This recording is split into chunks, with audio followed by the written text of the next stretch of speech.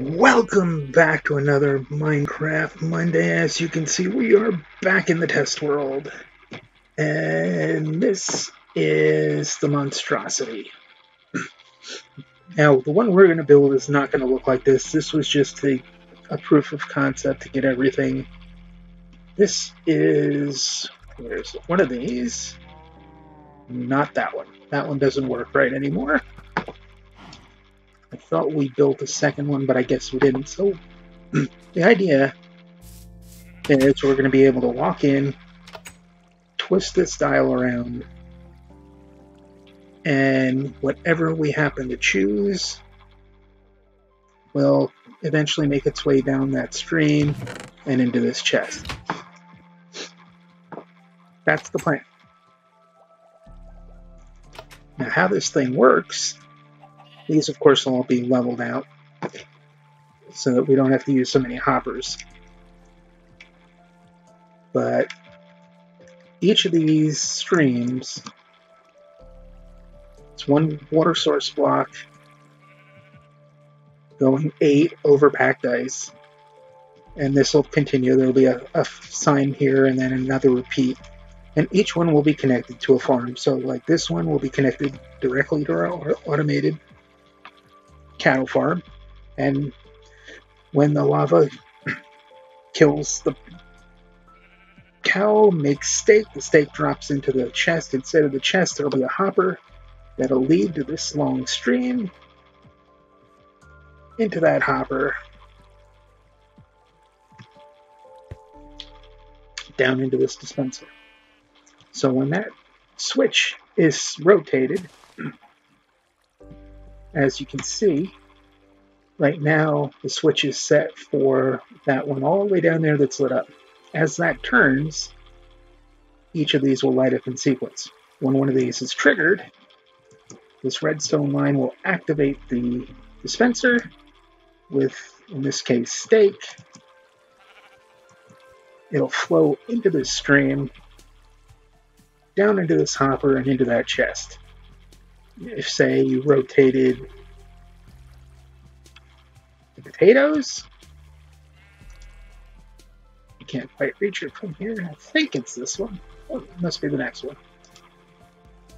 Still can't quite reach it. Ooh, come back here. There we go. It's one of these ones down on the end. Carrots. Is it the very last one? Need to get slightly out of the stream so I can actually get over there. Yeah, there it is. Potatoes.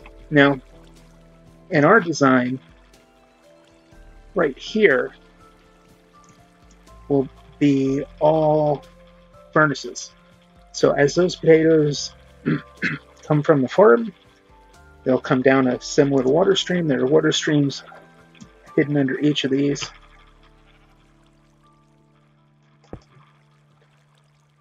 Going into each separate hopper. It'll go into a furnace, the furnace will cook it, and then drop it into the dispenser to wait for somebody to choose baked potatoes.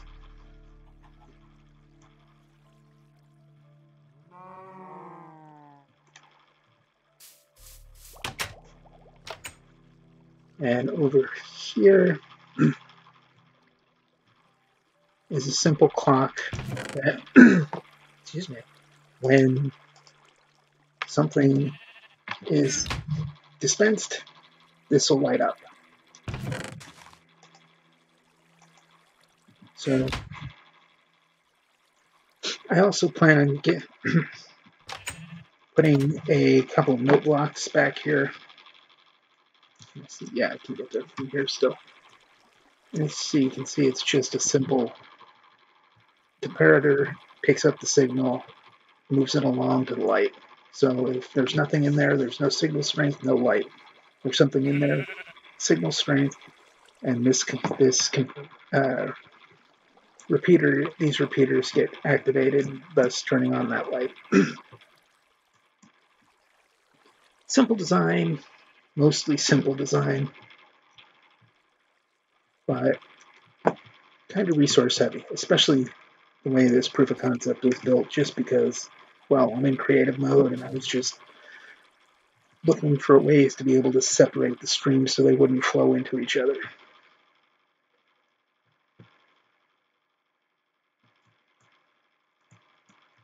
And eventually we'll be working on this,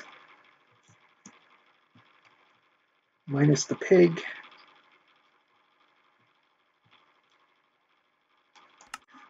I don't think I have a weapon right now, so we will need to get rid of that pig.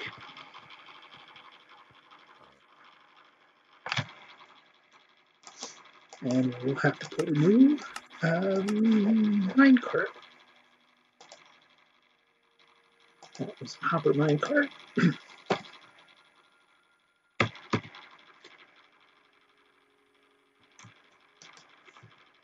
There we go. So the way this works is we'll be building one of these. We step on the pressure plate because these are powered.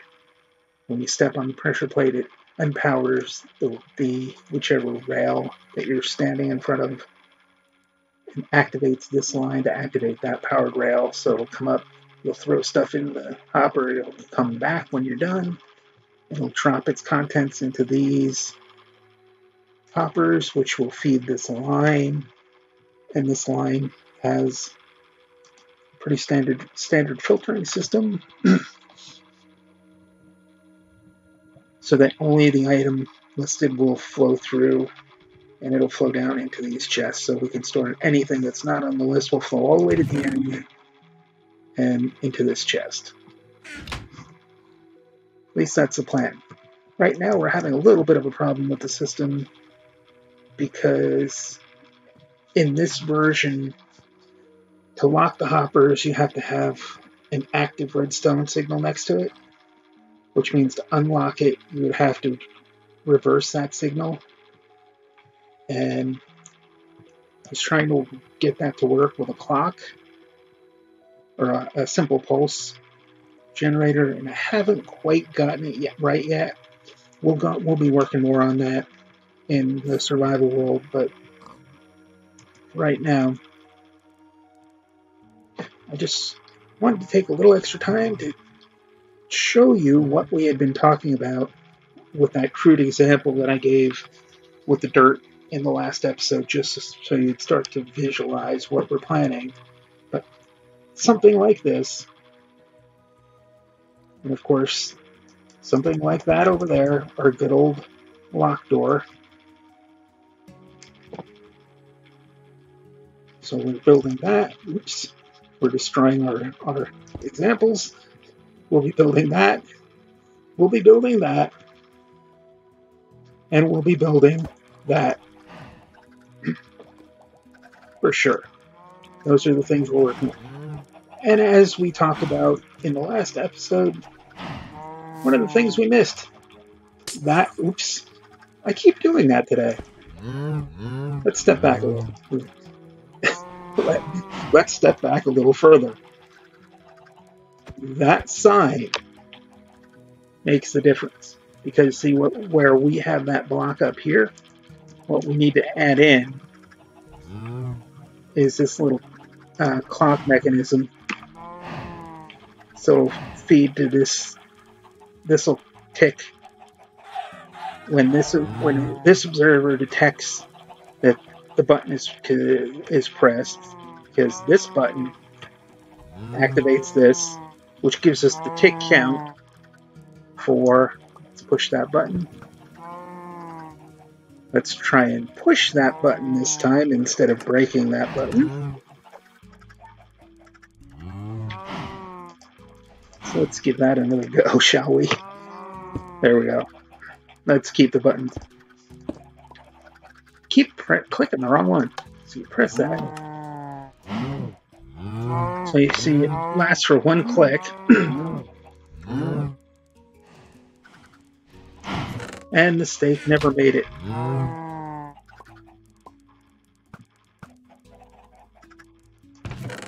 The leather did, but the steak didn't. So yes, that's the minor changes we need to make there. in the long run, we're going to replace that. Like I said, that magma block is getting replaced by the standard lava. So when the chickens grow up, they grow to their full block size. So we have to put I believe we have a half slab. But because of the magma block, it'll kill them, but it won't cook them. This way we get cooked chicken, which is what we want. See, as they grow up, when they're babies, they're under the lava. When they grow up, they grow into it. Then everything flows through the half slab, into the hopper, into the chest. So we're going to be revising our model to fit. I knew that was going to happen. There we go. That was almost bad. And then that'll lead into the same system, and it'll lead to the chicken slot. So when you turn to the chicken slot, whatever, there'll be a hopper here instead of a chest, which will lead into one. Actually, we won't even need to do that. We'll just replace this with a water flow because we've got that hopper. Anything that comes into that hopper will flow into the water flow, which will lead to, where is our chicken? Chicken. That will lead directly into this flow line, which will lead down into that hopper and down into the dispenser full of chicken, waiting to be dispensed into this water flow and into our Automat dispenser. So there is our plan. That's the visualization for what we are going to be building. 3 big items on our list right now.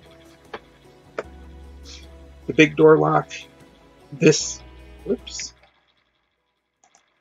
I don't know why Windows was trying to get involved in this, but this monstrosity, as compacted as we get it, and then that storage rail system to work on our automated storage. So that's what we're looking to do next. Now that you've seen an idea of what we are actually going to be doing, you'll know how much work we still have to do. But we will talk about that in the next episode of our survival series. And until then, I am done. And we are out of here. We will see you back in the survival world next time.